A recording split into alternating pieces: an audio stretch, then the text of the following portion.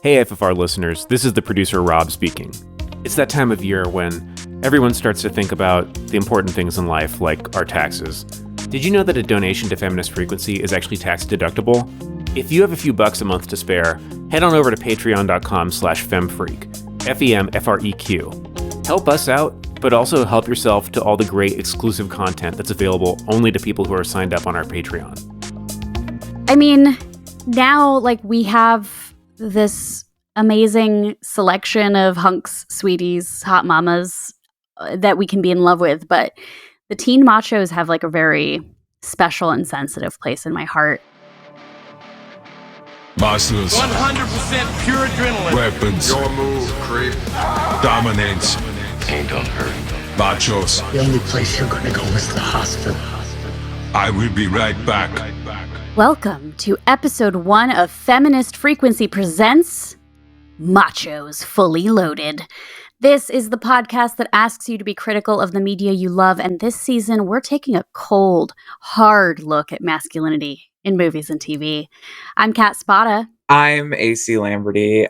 This week, we're going back to high school, getting to know some of the moodiest machos of all, teen machos. We got jocks. We got stoners. We have bad boys. I've been freaking drawing hearts and boys' names in my composition notebook all week in preparation, Kat. For me, it's just the cool S over and over.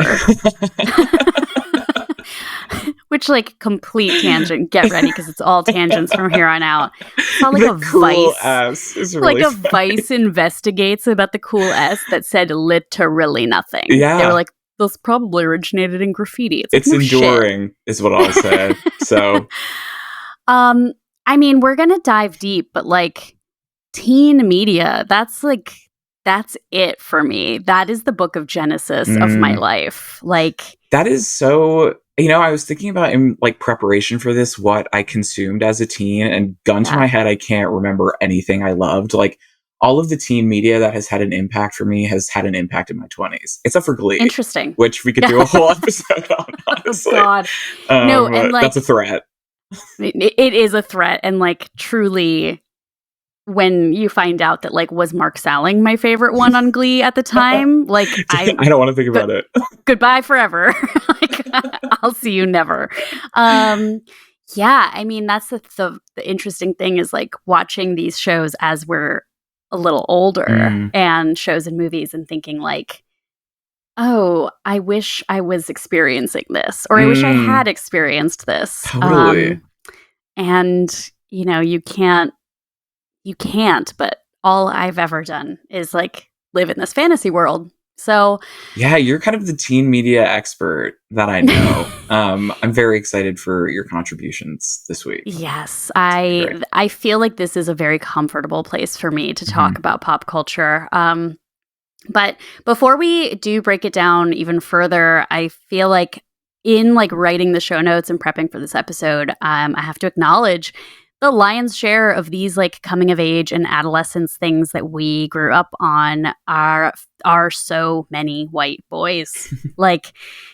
John Hughes, from James Dean to John Hughes and on. It's just so many white boys. And I was thinking about what teen or coming of age adolescent media I've consumed that features people of color, and a lot of it is stuff I didn't watch until I was older, Boys in the Hood, which is a coming of age movie, but it isn't about dating. It's a movie about life in the hood, and that's completely a different type of movie than your what's the one, James Van Der Beek? I don't know who that is. Just kidding. I do, but I've never seen anything. Varsity Blues. Oh, Varsity sure. Blues. Yes. I don't want your life, etc. Yeah. It's interesting too. I was considering doing a Euphoria kind of moment because I do like that show, but which has more representation of men or boys of color. But even then, it's still gritty and edgy and violent. And in the current landscape of teen media, it feels honestly, stories about kind of teen women or teen girls are more exploratory of women of color, girls of color, in kind of a more nuanced way. Even with modern content, it was hard to find like true teen representations. I'm curious to watch some of the new Bel-Air, the new like version of The Fresh Prince, because that is a show that I definitely watched when I was a kid, but it was so much more about like the comedy, the sitcom element of it, except for, of course, like the heartbreaking Uncle Phil episode. Yeah. But yeah, all of this stuff now is just like deep and dark, and I'm open to it. And so, like, listeners, I want you to please let us know, like, what are our blind spots? What should we be watching?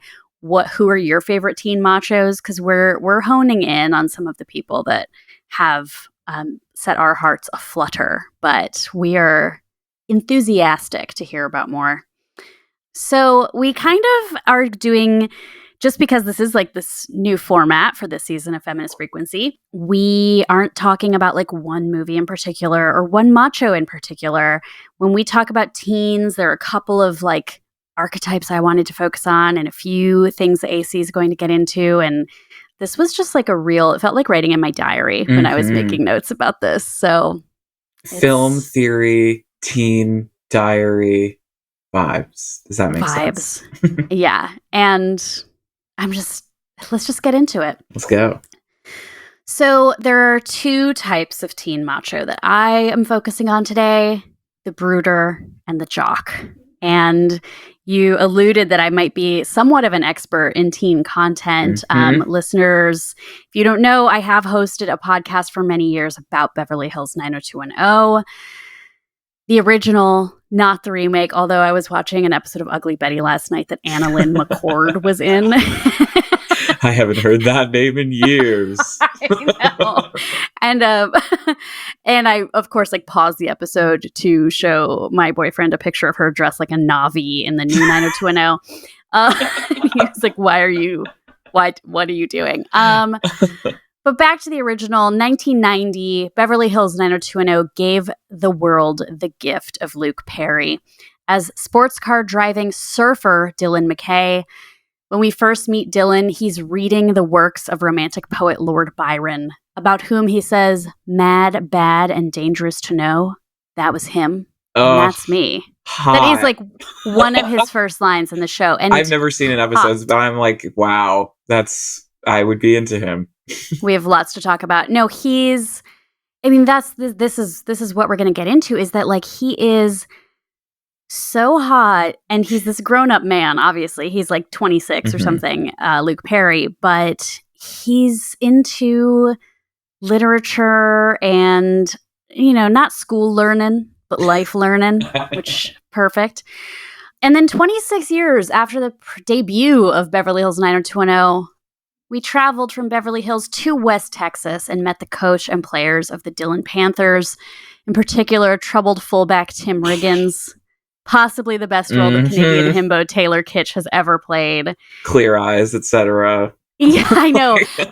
When I was thinking of that like Lord Byron quote of Dylan McKay, I was going to like put like, and what's the follow-up quote for Tim Riggins? Texas forever? Like, doesn't say a whole lot. Boy, Taylor Great Kitsch, program. Fabulous program, beautiful gowns. Taylor Kitsch, like, I just need to take a moment to say like RIP to the fact that it never matched Tim Riggins ever again. Ever. Just didn't happen. If you're listening, Taylor, we love you. We do have hopes that, like, I thought the DM Waco us. thing. I thought that playing the Branch Davidians guy would be a good fit, but we're still Tim Riggins forever in our hearts. Yeah. So I think I've seen the Friday Night Lights movie, but that series is really like where it got to breathe. And it is the platonic ideal of teen machos at their finest. These are student athletes breaking a sweat doing 2-a-days, but they've got big feelings. And when they act out, it's in the most rash boys will be boys sort of ways. Tim is like a latchkey kid. The parents are never to be seen. He's being raised by his big brother, Billy, who is ill-equipped to take care of himself or anyone else. Damn, I mean, seeding a little bit of what we're going to talk about later, a lot of like big brothers taking care of wayward teens in this app. Yeah. Continue. No, I mean, really, and you think about like, where are these boys getting their like male role model from? Totally. What upward mobility looks like. Yeah. And so often, like, especially with jocks and athletes, like this is the kind of narrative of how are you going to get out? How are you going to make it successful? And it's like through your body. Yeah. Oh, totally. Yeah. And in real life, you can see, I mean, the ESPN 30 for 30 episode Broke, I highly recommend, which is about athletes who you can't be an athlete forever. And then what do you have for the rest of your life? Yeah. And, you know, we see Tim kind of go through everything that a teenager might struggle with, and then so much more. Like, there's this central infidelity love triangle thing in the first season, but he's drinking a lot. He's like a truant. He has no prospects for his life after football, and he's just self-medicating. Like, he doesn't really know how to deal with that. His best friend, Jason Street, played by Scott Porter, whose on-the-field accident is the central drama of the pilot episode, the first season. The movie, this was based on a true story, like, originally. You know, oh, wait, speaking of high school content, I had to read the book in high school, which is like a really weird choice for English class. In like an English class? Yeah, it's a good book. Great movie, great show. But yeah. Apparently, the Peter Berg, who made the movie, was like in the stadium when this accident happened. It's like, I have to make that movie. Yeah, I guess. Well, this was my Wikipedia deep dive. He like did a fundraising concert for the young man whose name I can't remember that Jason Street's based on. And then I guess he just like got really involved with the community, which kind of love that. I hope that there were some like residuals sent their way. Sure. And Street is, you know, this is an interesting story because he's dealing with a serious injury, and he's like finally kind of finds his way back to himself again by going into sports, like drawing blood on the wheelchair rugby court, which even his doctors are like, this isn't a good idea. You're still healing from your spinal cord injury, but he has to be an athlete. And then there's Brian Smash Williams, played by Gaius Charles, the running back, who is kind of also like, he's the best player on the team after Street's accident. And he has a mother and he's a sister and he's the man of the house. Like, that is also one of these tropes, I think, is absolutely there's not a dad around necessarily. Right. The dad of this show is Coach Taylor, who only has daughters. Say right? Perfect. The daddy. I mean, do you know one time I held Connie Britton's purse, by the way? Wow. Just like Coach Taylor would have. I absolutely. I was like, I want you to know that I will be here for you. Beautiful. But Smash Williams, he's like, yeah, he is the man of the house, but then instead of making his mother proud, like, he could be recruited to like a Division I football team, but steroids, performance enhancing drugs come a call-in, and he kind of goes for this quick fix. And that's just season 1. Like, this is a 5-season series that gets completely thrown out of whack by the writer's strike in 2008, which is probably why Jesse Plemons, who plays a Christian punk rocker that joins the football team for some reason. My twin, Jesse Plemons. Oh my God. He's so good, by the way. Will win an Oscar in our lifetime. He absolutely will. I mean, he plays, in Friday Night Lights, he plays a character named Landry that Coach Taylor only calls Lance forever for the entire run. And he is the lead in a band called Crucifixtorious. Which, like, back in the day, Crucifixtorious used to actually play at, like, South by Southwest. Wow. I've seen, like, maybe 3 episodes of the show, but I really am, like, I need to get into at least season 1. You do. So season 2 is when Landry kills a guy. Ooh. Spoiler. And you can tell that, like, by the end of the season, the writers are like, we didn't want to do that, but there was a strike and we, like, took a break. And now what is happening? Sorry. Oh my God. Sorry. Like, our bad. By season 3, it's like, don't worry about it. It never happened. But then you get to like, I think it's not until season 4 that Michael B. Jordan shows up. Oh, wow. That's wild. And Journey Smollett also shows up in this season. It is, I remember watching Michael B. Jordan as a little boy on The Wire as Wallace, and now he's grown up into Friday Night Lights. This is before, I think, any of his like major film roles. And he's also this like example of this very masculine, like machismo fueled child who could be going to juvie or he could play football, and this is his option. I mean, I feel like I have more to say about Jocks, but like thoughts, feelings, like... Yeah, it's just so interesting. I mean, this is something I will touch on in the stuff that I'm bringing too, but just like kind of the determinism of, like you just said, literally juvenile detention or sports. Yeah. And the use of the body as a way out. And just what impact that has on young boys in general. I mean, I'm someone who has a younger brother who was very much in like 3-sport athlete, high performing sports kind of world. And the impact that has on like mental health is wild, like truly wild. But it seems like something that is such a given, and especially in like media, it's just like presented as fact. Or in inevitability can be very harmful. I don't think the media itself is harmful, but it's just like, wow, it's like kind of a contract you sign when you become a football player in Friday Night Lights. You know what I mean? Right. And like the young man who had this accident in the real life football team, he was featured in a documentary called The Crash Reel, which I remember came out, and it was about like serious injuries that happen when young people are playing sports. Yeah.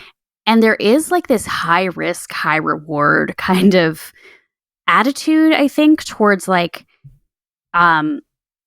just the lengths that teams or players will go to could potentially be extremely harmful. I mean, we know that there's like more brain injury than we've been aware of for ages, but like potentially you could become one of the few super successful. Oh, the promise of mobility. Yeah. Through almost what feels like luck with sports. You know what I mean? It's like becoming a movie star or whatever. It's just so statistically insignificant. I wonder, at some point we're probably going to talk about like the archetype of the war movie Macho. But I wonder if a lot of this stuff that's coming in like the second half of the 20th century, beginning of the 21st, is like after the draft. Oh, interesting. And young men not necessarily having like the default that they may end up in the armed forces, and like what another type of almost like militant, like your body is this tool kind of thing experience is. Also performance in a way. I mean, in the way that there's like military theater for sure. Yeah. And like, there's something about, I'm sure there are plenty of like athletes who would say that they would experience stage fright if they had to like go be a public speaker or be in a play or something, but they're out there. I mean, especially in like a town like Dillon, Texas, where everyone in town goes to the high school football stadium on Friday night to watch children beat each other up. The community element is huge too. I mean, there's like not much isolation in this world, it seems, which you would think is maybe a positive, but can also be extremely reinforcing of negative things about body image, about mental health, about getting out of this town, like class, race. And I have to say that like the notion of like high school sports or jocks or whatever, like it's as foreign to my personal life as like sci-fi. And I think that is also part of my fascination with it, is like I've never experienced anything like this. And even like, that small town energy. When I was in high school, I'm from LA, and we flew to Florida and bought my grandpa's car from him and drove it back. And I just remember like driving all the way across the South, and there are small towns everywhere. There are small towns like right on the outskirts of Los Angeles County, right? But having that thought of like, what is it like as a teenager to know like all the other teenagers around and all be doing the same thing on the weekend? Yeah. There must be something about that is like we all went through it together. That's completely, it is like aspirational in a way, but I'm sure there's just the grass is greener. Wait, that said, do you identify as a brooder rather than a jock? Absolutely. Oh my God. Like a jock to me is like, it's like cosplay. Like it is just truly something where I'm like, that's amazing. I did briefly think I was going to go into ROTC. Oh my goodness. God. I know. Like somehow I didn't get the memo that like I've been wearing Coke bottle glasses since I was 3 years old. And like, even when you had a little Miss Sunshine moment where you're like, oh my fucking God. No, like I truly didn't understand. When I played T-ball, so my sister was a jock. My sister's 10 years older than me. She absolutely like could have played college softball. Like we were always going to her soccer games, her softball games. She was a runner. She lifted weights. She was like really athletic. I then joined T-ball when she was like a star high school softball player. And my mom had to make me wear terry cloth sweatbands around my wrist to wipe my snot on because I was so allergic to the like dirt of the T-ball court. Yeah. that amazing. She was like, you need to stop like blowing your nose in like deep right field where they've placed you because you are too small and too terrible of a player to actually be on this team. Is your sister still an athlete? She is, I would say. She's the sort of person who will like ride her bike a bunch for charity. Yeah. And stuff like that. And she's still like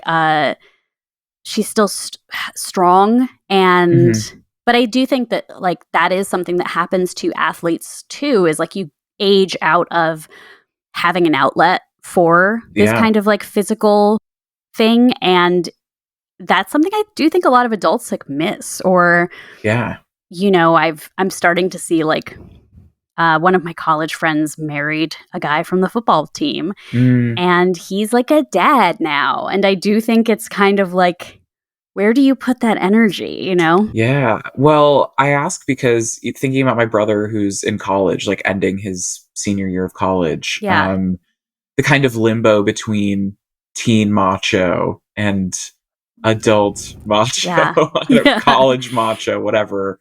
Again, he was very archetypal teen macho, like huge athlete. And then he went into studying physical therapy, is a personal trainer, is like so focused on that world of like athleticism in the body as like a way out. Do you know what I mean? Yeah.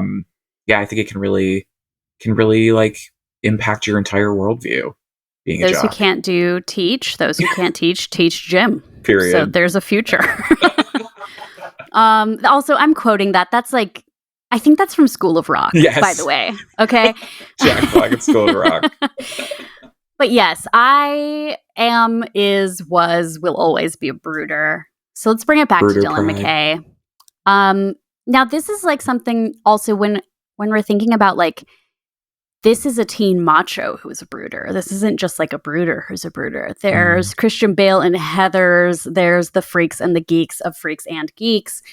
But Dylan McKay is different because he wouldn't ever tell you that these things are important to him, but he has all the indicators of machismo.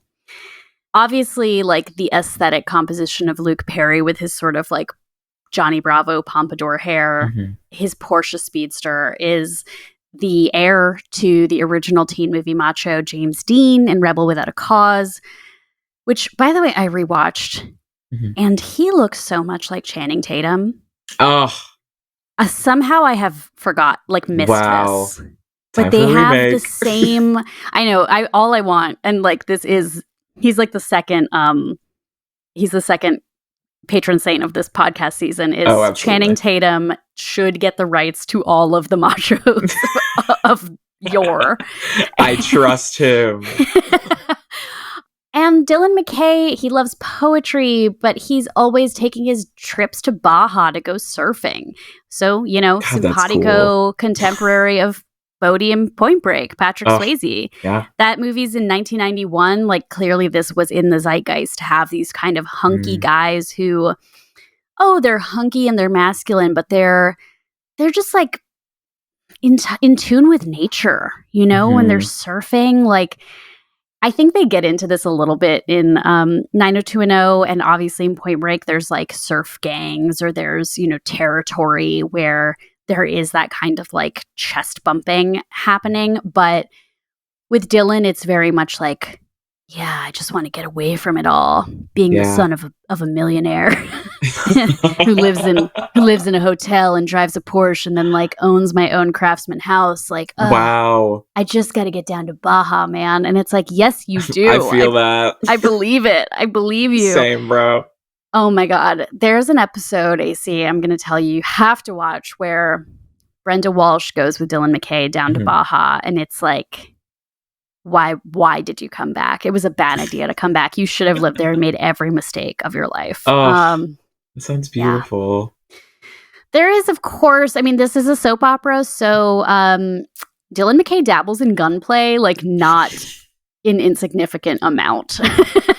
This does happen, which is like, that's not out of line with your Christian Bale and Heathers, but it's this me against the world thing. And unlike the Jocks, when you're me against the world and you're just you, this can be dangerous. It is succinctly expressed with an iconic line from later on in the series: "May the bridges I burn light the way." Oh, chills. Chills. Look, you can go listen to the Blaze podcast, which is my 90210 show, and hear about like an early discovery of being horny from watching this show when I was a kid. But still, I think about it and I'm like, I can't believe I was ever the same. But yeah, like what I kind of wanted to get into after like picking these archetypes apart is why. Why are the brooders and the jocks with big feelings the ones that are legends? AC, did you know I went to all-girls school? I did not. That is fascinating to me. I think that's going to be key to a lot of the psychological exploration of this season. I went to girls' school from 4th grade all the way through senior year. Oh my God.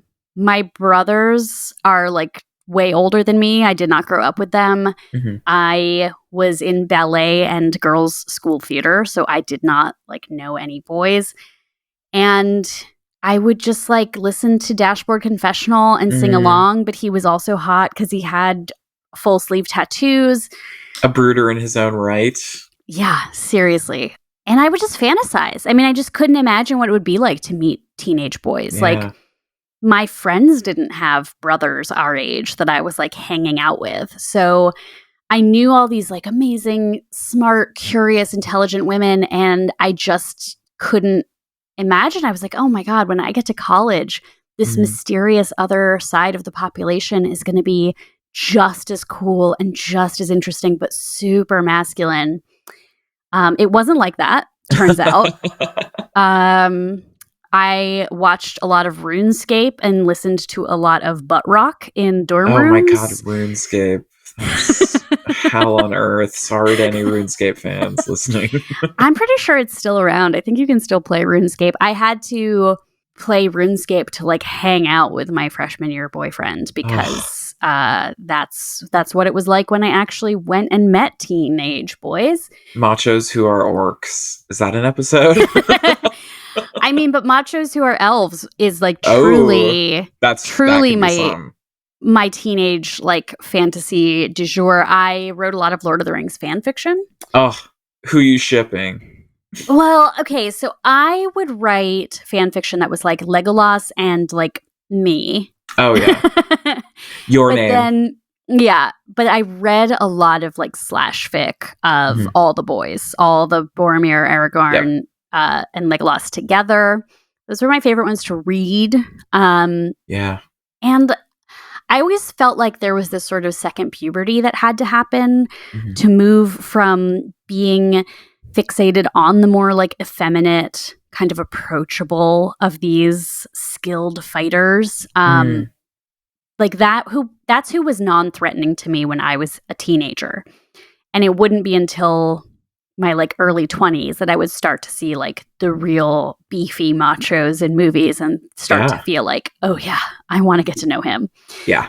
And, you know, there would be latent discovery of bisexuality and how that played out in the types of people I was attracted to on screen.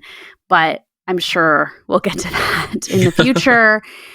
Now, like, we have this amazing selection of hunks, sweeties, hot mamas that we can be in love with. But the teen machos have like a very special and sensitive place in my heart. Even Luke Perry grew up to complete the life cycle of teen macho to DILF, playing Archie's dad on Riverdale. What's the name of the drug in Riverdale? Spice? Jingle Jangle? Or Jingle something? Jangle. I've been reading off Dune. that Jingle Jangle. That show, like, I watched a few episodes of it, doomed from the start. Yeah. Like, KJ Appa in ginger cosplay. And is the other one a Sprouse? Is that a Disney show? Yeah, like, I don't know if you know this, but he's weird. Right. He says, like, I'm a weirdo. You just wouldn't get it. I'm a weirdo. I'm just like, I'm a weirdo.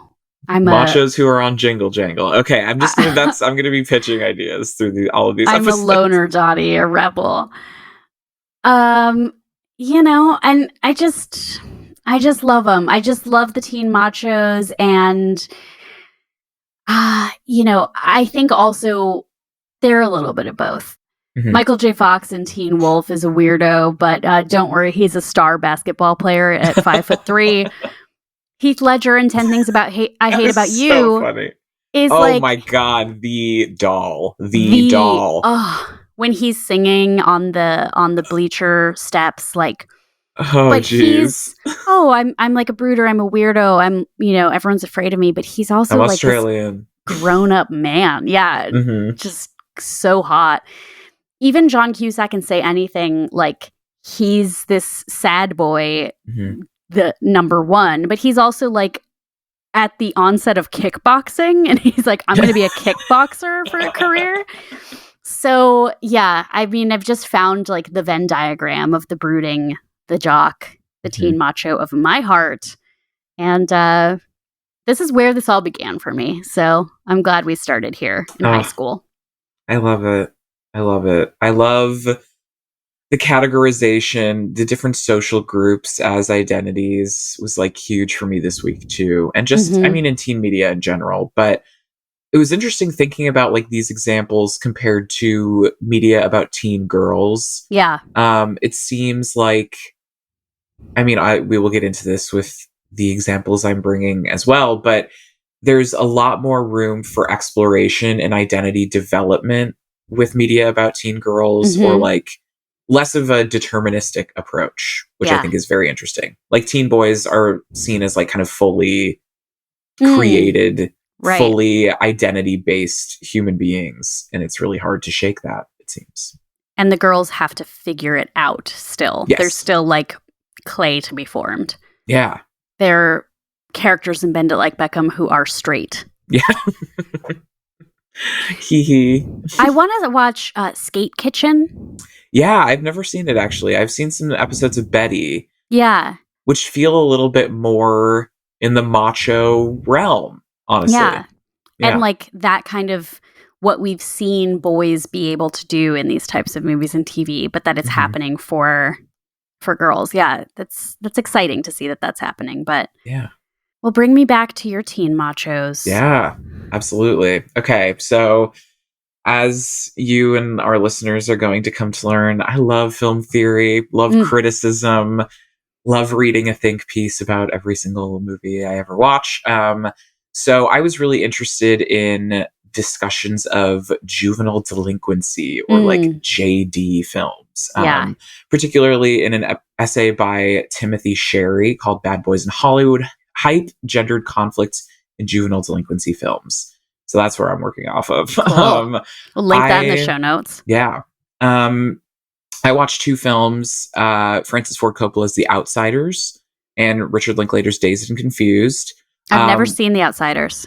Oh my! It literally melodrama for boys! Yeah. Exclamation point! Like, it has painted backgrounds. It has incredible classical music. Earnest dialogue from Patrick Swayze, who is stunning, beautiful, breathtaking in it. But that's what I'm doing today. It's so good. Anyway, I feel like these movies seem pretty kind of, disparate on their faces. One was made in 1983 about the 60s. One was made in 1993 about the 70s. One is very lighthearted, very Linklater, kind of just like freewheeling, goofy stoner comedy. Right. The Outsiders is so melodramatic. It's crazy. Yeah. But I think where they are very similar is that they kind of take this theme of juvenile delinquency and discuss teen boys becoming men within oppressive power structures, which is really interesting to me. So as we've been talking about, I feel like both films take a really deterministic or prescriptive approach to teen boys growing up. So it's like, once you're a greaser, once you're a soc or a jock or a stoner or a freshman, like a middle schooler coming into high school. Yeah. Once you are something, you are that forever. Right. Which I obviously think has negative impacts on the lives of these characters. Yeah. But I was also really intrigued that it came with a lot of community and kind of emotional elements that we don't see in movies about adult men. That community and all of this, I hadn't thought about as strongly. And like, I did rewatch Rebel Without a Cause the other night, and it starts with our 3 main characters, Sal Mineo, James Dean, and Natalie Wood, having been arrested. Yeah. And from there, it's like, you're bad kids, and you'll never get out of being bad kids. Right. And then, James Dean's playing the new kid in school, and he's trying to, like, find his people, find his group, and tragedy ensues. I think I've seen Rebel Without a Cause in film school, but have not seen it since. Does that reputation or that identity follow Natalie Wood? I don't remember how that kind of affects her. Yeah, she's really interesting. I would highly recommend Splendor in the Grass with Natalie Wood and Warren Beatty. It is, I think, a better movie. But Natalie Wood's character in Rebel Without a Cause is just kind of seen as like this young woman who is struggling with the fact that her father doesn't see her as his little girl anymore, but instead sees her as this trouble. Now that she's old enough to be sexual, I think she's trouble. But watching it now, I was like, there seems like she's a clear victim of childhood sexual abuse. So I do think that is supposed to be in the movie. In the same way that like Sal Mineo's character, it's not overt or explicit, but like has homosexual tendencies and interests.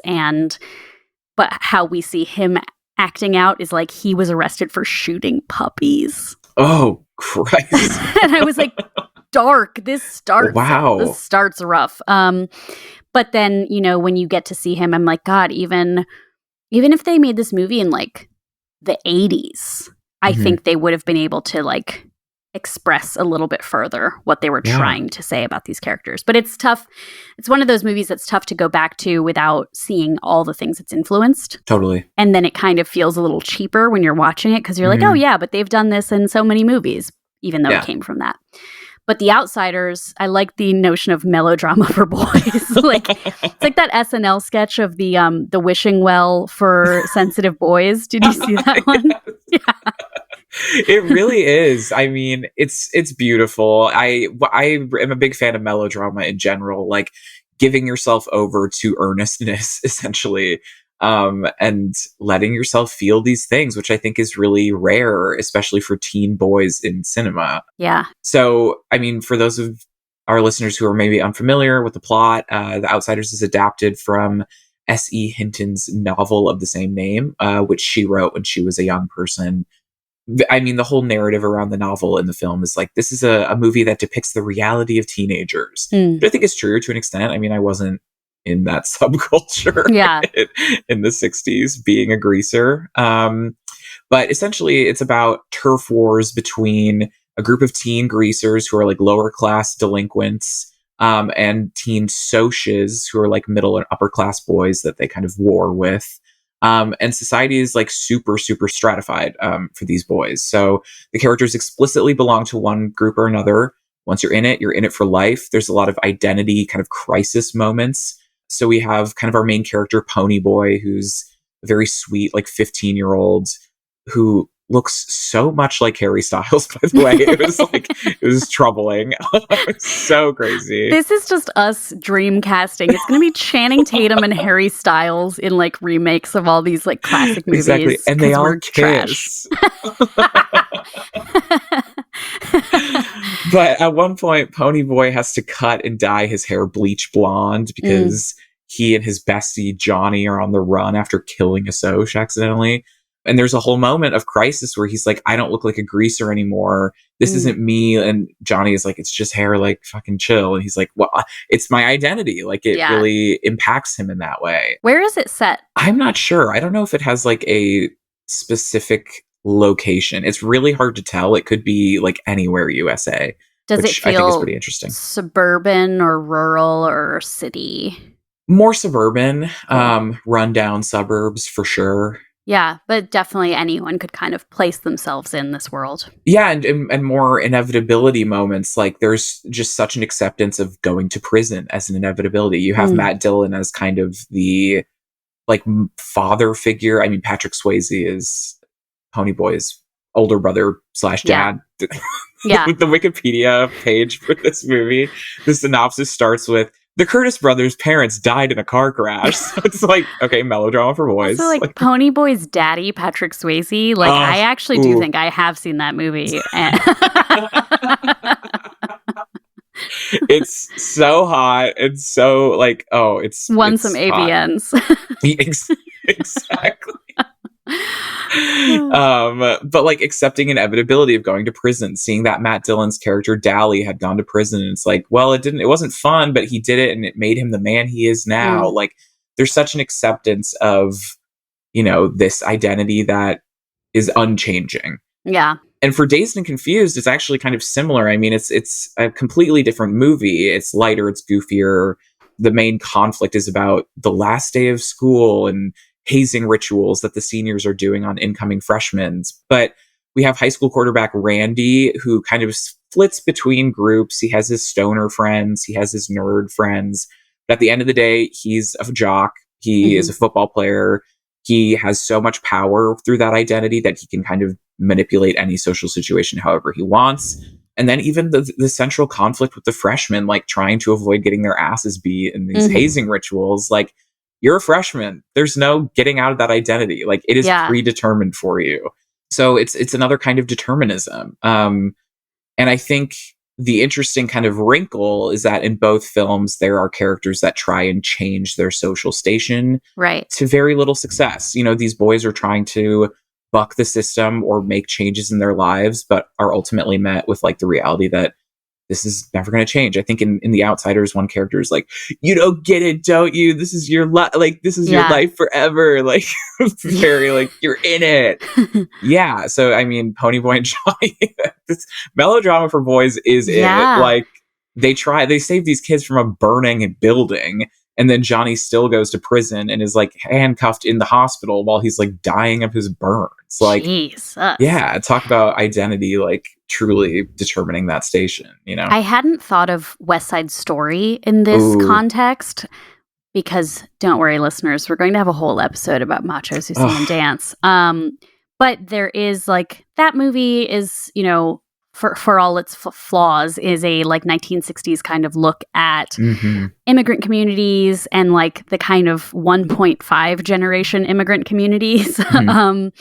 And that same level of like, we came to America, like our parents came to America for opportunity. But once we got here, we immediately got locked in to what was possible for us. And what was possible for us was a lot of violence and heartbreak. And when characters try to expand beyond that, they get they get dead. Yeah. Or someone gets hurt, for sure. Totally. And in taking kind of notes on both of these, I was like, well, we can really extrapolate this even further to say that a lot of teen boy content is about the permanence of social structures. Like, not to get too like, whoa, like film theory or whatever, but it's true. I mean, class is integral to The Outsiders. Yeah. There's like class elements in Dazed and Confused versus like who is throwing the parties, who has access to all of this stuff. Yeah, so it's just about kind of permanence. But with that, I mean, that's kind of a negative read, which I think is true. But with that, there's so much community that I don't see in content about adult men or adult machos. You know, these deterministic identities that these boys are part of, greasers, jocks, freshmen, like that counts as a group, I guess. There's such a strong sense of community that, you know, you don't really see with adults. So in both movies, boys are always traveling in groups. They're always with their best friends who share common identities and experiences, classes, you know, stations in life, like previously mentioned, which is really, really, really interesting to me, as I hear so much in the fucking New York Times and podcasts that are like, there's an epidemic of adult male friendlessness. Like, why don't adult men have friends? And it's like, maybe that's a little true, but it's fascinating that so much of teen boy media is explicitly about friend groups and like homosocial relationships. Yeah. Yeah.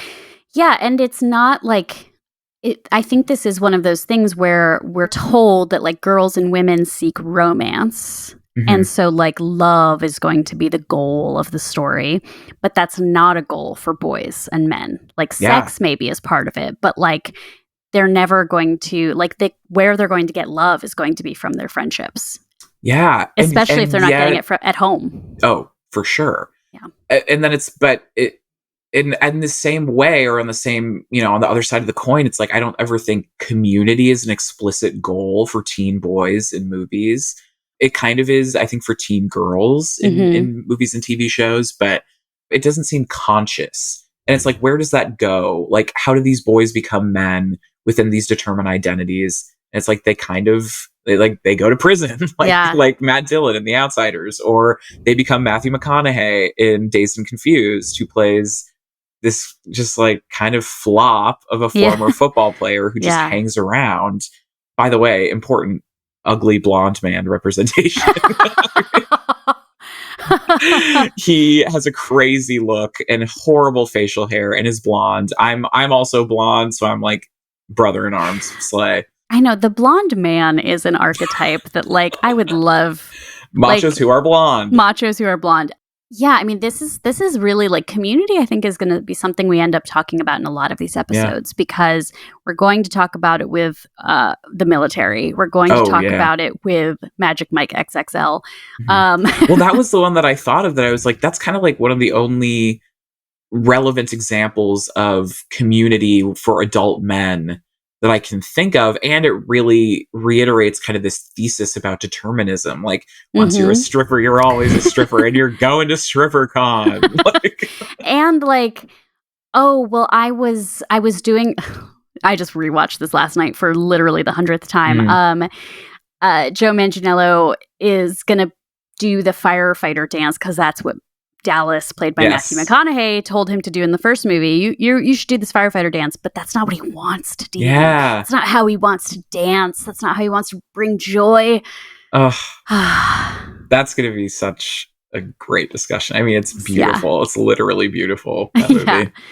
But then it's also like, I'm thinking about this transition from teen macho to adult man. And there's almost just this like dotted line where then men become like head of a household, maybe. Yeah. But it doesn't feel real, like especially in media portrayals, like the father figure. Like, how do you suddenly go from like being these boys in these movies that we're talking to suddenly you're responsible for, especially in an old-fashioned like world or structure, like taking care of a wife, being a father to sons and or daughters, like how that is not something any of these boys are prepared for. So we'll talk eventually about The Best Years of Our Lives, which is one of my favorite war movies. And it's about men who come back from World War II and really, really miss having the community of men on the battleground, and they don't find it in their families, and they don't find it in their workplaces. Oh, it starts here. It's like so you're a freshman, you're 13, 14, 15, and you're being told this is who you're going to be. Yeah, absolutely. And I think, with both Friday Night Lights and The Outsiders, having those characters who are brothers who are kind of forced into taking care of their siblings, with Tim Riggins' brother and Patrick Swayze as Ponyboy's brother. That's kind of the forced into it route, you know? Like, you go from being a boy to being a man by force and by circumstance, and still really holding on to that whatever deterministic identity. I don't know if Tim Riggins' brother was like also a football player or what his story is. Yeah, there is like a moment where he would have been, he was going to join the PGA and be a golfer, but then the parents bounced, and so he had to take care of little Timmy instead. Yeah. Well, similarly with Swayze, he's like still a greaser in these rumbles as like in his mid-20s. Yeah. Like it's really clinging to an identity. Even Bernardo in West Side Story, he's looking out for his kid sister. And yet he's still also like the head of this gang, and those two things, he like can't carry both of those things. Yeah. I mean, there's so much emotion that lies in these identities and communities. Like both Dazed and Confused and The Outsiders have some very beautiful, sweet moments of like boys connecting that, again, I don't think we necessarily see adult men do in media. So like in The Outsiders, I think the biggest example is that whole chunk of time where they're on the run after killing this Soch. Ponyboy and Johnny kind of squat in this old church, and they just have this idyllic life together for like 4 or 5 days where they're reading Gone with the Wind out loud to one another. They're sleeping right next to each other. They're catching rabbits. They're like, there's the beautiful sunset moment where he quotes the Robert Frost poem, the Stake-a-Hole Ponyboy, They confide in each other about suicidal ideation, which is like huge. It's so realistic. It's so grounded, and it makes kind of the subtext text. Like, it is so explicit about the emotions of these boys, which is really beautiful to me. But and like in a lighter way, in Dazed and Confused, there's this moment at the end of their, last day of school rager where they're sitting at the 50-yard line on their high school football field and they're reminiscing, and they're talking about their plans to kind of rebel against their football coach the next year. And like, do I really want to play football? Like, do I really care? Like, what do I want to do? And Matthew McConaughey is there being creepy, being is this where you just gotta live? Yeah, I was going to say, is this where J.K. Livin comes from? Yes, absolutely. I mean, wow, so many iconic Matthew McConaughey moments in this. You have it'd be a lot cooler if you did. Get your all right. Yeah. You get your I keep getting older and these girls keep staying the same age, like whatever, a lot. But yeah, overall, I was just like, when's the last time that we got this in kind of an adult macho film? And my ultimate conclusion was Magic Mike. But outside of that, it's few and far between. I'm actually really glad that I rewatched Rebel Without a Cause recently, because you've made me think about elements of it that I'd kind of overlooked, which was the teenager who doesn't have a family and who's looking for family structure from other children, or from like places where they aren't necessarily meant to find that. So, finding it with your football coach because he's the best father figure you're ever going to have. I definitely have to watch The Outsiders now, because similarly in Rebel Without a Cause, there's a drag racing chicken accident that leaves somebody dead, and our main characters are kind of on the run afterwards because they can't face what they've just been a part of. Great double feature then in that absolutely point. Yeah. And you have Sal Minio's character, who he has been abandoned by his parents. The only parental figure we see is a Black woman housekeeper that kind of looks after him. But he starts talking about James Dean's character as if he's his dad. There's supposed to be, maybe one's a senior and one's a sophomore or something, but peers. Yeah, I mean, he's literally talking about him like he's going to take me fishing. He's going to take me, he's going to teach me how to do stuff. Like it's obviously like there's a sexual component that's very clear in it. But there's this scene where James Dean and Natalie Wood are kind of pretending or play acting that Salminio is their son. Wow. And that's fascinating. It's really upsetting to watch because you're like, these are three children who just witnessed a tragic and violent death. And where they want to go to is like a storybook. They want to go to a childhood, like a nursery tale. Because no one has prepared them for any of this. Also, like, Salminio's character, a lot of trauma. Natalie Wood's character, a lot of trauma. What's James Dean's biggest problem? His dad is a cuck. That's like literally the problem in this movie, is that his mom is a bitch and his dad is a cuck. Like, there's a whole mom, bitch, dad, cuck dichotomy. There's a whole scene in which the dad, who, by the way, is Thurston Howell III from Gilligan's Island, is like wearing an apron over his suit to like finish dinner, and James Dean is like, ugh, Dad, why do you let her treat you like this? Dad, you're so cringe. Why aren't you a Chad, Dad? Like, and I was watching, I kept expecting it to be like, yeah, James Dean, the iconic like bad boy, sad boy, and instead I'm like, oh, he's just like an idiot. Which annoying. He's just annoying. That's ultimately like every teen ever is just like, spoiler alert, they're just annoying. But so valid. Matthew McConaughey. I mean, what a man, you know? Oh, what a mighty good man. He is so fine. He has the weirdest haircut, as mentioned. He's great. He's just such an interesting foil of adulthood in this movie, where it's like, oh, it can actually get kind of sad. Yeah. Like, I love this community I'm in right now. I love the carefree life of a teen I'm living. I love what boyhood offers me. And then you have Matthew McConaughey as like just kind of like, oh, you were a senior 5 years ago. Why are you still here? You know?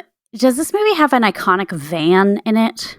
Not a van. A lot of iconic cars. Yeah. Where people are throwing things at mailboxes.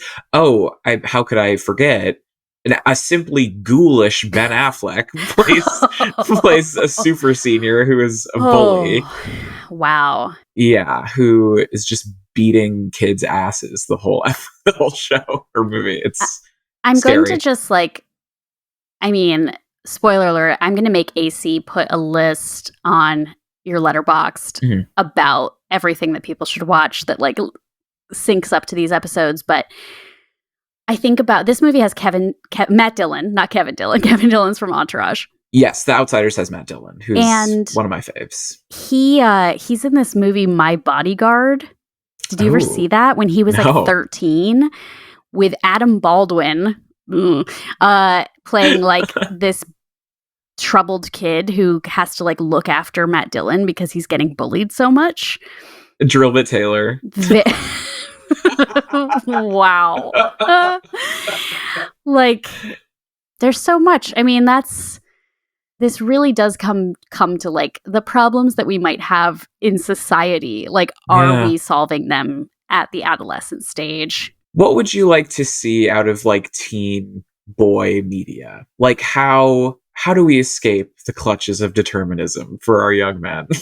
Yeah, I mean, it's so strange because I've like literally never met a teen boy. I don't know what they're actually like. I want to transpose all of these things onto them that I think of. Like, I made very important friendships when I was a teenager that are still in my life. And I wonder if that's because I was in an environment where none of us were dating. Like, none of us we were thinking about romance and sex, but we certainly weren't having it.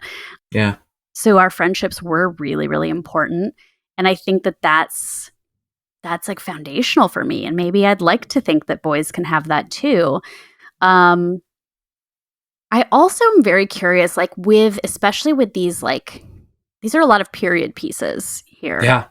And When we were watching Rebel Without a Cause the other day, my partner was like, were there really this many knife fights back in the day? Like, were teenagers always just knifing each other? I felt the same about The Outsiders. Yeah. I was like, okay. I wondered if that was because, like, it was before sexual mores loosened up and you could just go have sex. Like, maybe when you didn't have, like, better things to do, you were getting into a lot more scrapes. I mean, obviously... And now these kids are always on their phones. Yeah, they're playing RuneScape. But yeah, I don't know. I mean, there's so much like peril, I think. Yeah. And that is, and there's peril, of course, like with sex. That can be extremely fraught with danger for anybody, but certainly for young people. But like, I think we watch these things where these, they're dramas, right? They have to encounter some kind of adversarial situation. But does it make them into men? Does it make them into the people they're going to be? Or is it just trauma that they're going to have to endure? And that's a bigger question than I can answer for sure. Yeah. I was thinking similarly about, I mean, we focused a lot on dramas and I was like, well, we could do like Superbad. We could do any number of kind of teen comedies. But even then, I think it's similar, like, do these insane wild nights or crazy rampages or whatever the hell happens in these movies. Like, does that actually make them men? How do they become adults? How do they, learn and grow? Are they able to escape any identities that were kind of foisted upon them? Yeah. And I have, I hang out a lot with teen boys. Just kidding. I don't. But my brother had teen boys were always in our home growing up. And I think teen boys are fucking dying to talk about their emotions with each other. And like getting to level with my brother about that kind of stuff is so joyful and lovely. And I think it's hard for boys to find a way in. There's there's community, but the emotionality is hard to come by. It's hard to get a pony boy Johnny relationship in this life. And eventually we are going to have an episode where we get a little bit more into like explicit portrayals of like homosexuality in machismo in movies and TV. But like, that's also something that these stories, like they maybe hint at, but they don't get into, which is what happens when you're forming significant relationships with your friends, but you're also attracted to them. Yes. And how do you determine when intimacy is platonic and when it's not? I think that's something every person in real life has probably dealt with in some capacity, but like it's not until I think more recently that these things are explored in movies and TV. Yeah. Well, I will sum it up with a quote from Dazed and Confused that I think literally encapsulates so much of what we were talking about. This is when they're sitting on the 50-yard line, talking about life, talking about going into their senior year. One of the characters says, well, all I'm saying is that I just want to look back and say that I did it the best I could when I was stuck in this place, had as much fun as I could when I was stuck in this place, played as hard as I could when I was stuck in this place, and dogged as many chicks as I could when I was stuck in this place. I mean, the stuckness, hello. Yeah. Seriously, man, mobility from here to juvie. Well... We will be right back to share this season's version of the Freakout, which is Macho of the Week. Hell yeah. Hey, FFR listeners. Are you signed up to our Patreon yet? If you're not, you're missing out on special content made exclusively for our patrons. And if you're not a patron, that means that you're not helping me get paid. And if you're not helping me get paid, that means my good little dog Griffin isn't getting the good treats. Head on over to patreon.com/femfreak. That's FEMFREQ. Become a patron to get great content and also to make sure my dog Griffin gets the good treats. Oh, and you get the good treats as well, which in your case would be quality discussions about media. What's your freakout? Now it's time to talk about the macho that's been thrilling us, moving us, upsetting us, or infuriating us this past week. Take it away, AC. Oh, thank you, Kat. And you already know where this is going. Okay, so my intention for Macho of the Week is like, I want to keep it relevant to what we're talking about, but I want to make it timely since we talked a lot about period pieces, stuff that was made before the 2000s, etc. So thinking about teen machos this week, my choice was obvious and timely. The Oscars are fast approaching, and who better to give our inaugural Macho of the Week title than my boy, my Elvis, another comrade in the fight for blonde men's rights. Oh no, Austin Butler. Oh okay. No. Is he fighting? I mean, I don't know if that Elvis cosplay does that take him out of the running. No, he's an iconic blonde boy. In real life, he's really embraced his natural locks. So his natural locks, if not his natural voice. Well, I love the voice. I will go to bat for the voice. Oh, okay. I'm into it. Look, I think my guess is that he finds it very gender affirming to go into that register. That's my personal read. Absolutely. Well, I mean, okay, teen macho connection for Austin Butler. I would say he's like most well known for, I have 4 sets of quotation marks around that in our show notes, for his supporting roles on various teen shows on Disney Nickelodeon. So he was on iCarly, he was on Hannah Montana, he was on Wizards of Waverly Place. I think interviews and content has been calling him a child star. I feel like that's really generous. I was a child watching these shows, and I don't remember a damn episode he was in. He was truly like supporting the whole time. But he's definitely a brooder, as we've been talking about. Very pretty boy.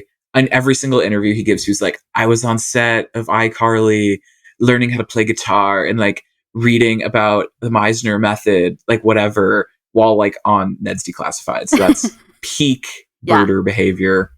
And nominating him this week for Macho of the Week because he is maybe going to win an Oscar. Fingers crossed. The only thing I really saw him in was the show, the Freeform show. Maybe it was still ABC Family at the time, Switched at Birth. Which I love. It's a trilingual show for teens, which is cool. As a deaf character, right? Yeah. Like so it's about like teenage girls who find out that they were switched at birth in the hospital after they were born.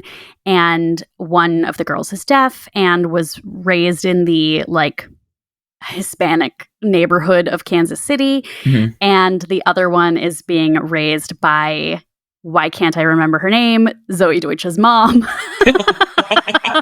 That's so rude. That is so rude to Howard the Duck star, Back to the Future star, Zoe Deutsch's mom.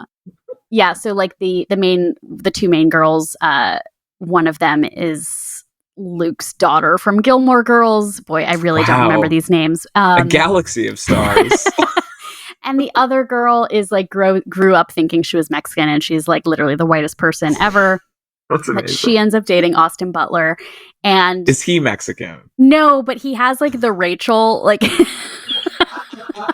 I love describing men as having the Rachel, like from Keith Raniere to Austin Butler. But I just remember thinking, oh, he's like a way cuter version of that blonde boy from Glee.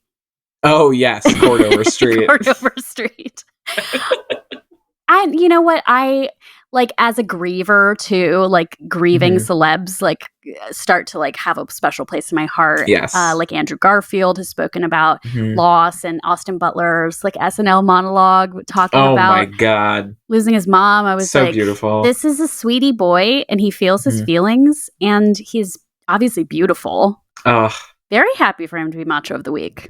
Oh, congrats, Austin. I know you were listening. I texted you about this and you were really excited. Your sash is in the mail. Merch opportunity? Okay, think about it. Thinking about it. But that's our Macho of the Week. Austin Butler, baby. Oh, man.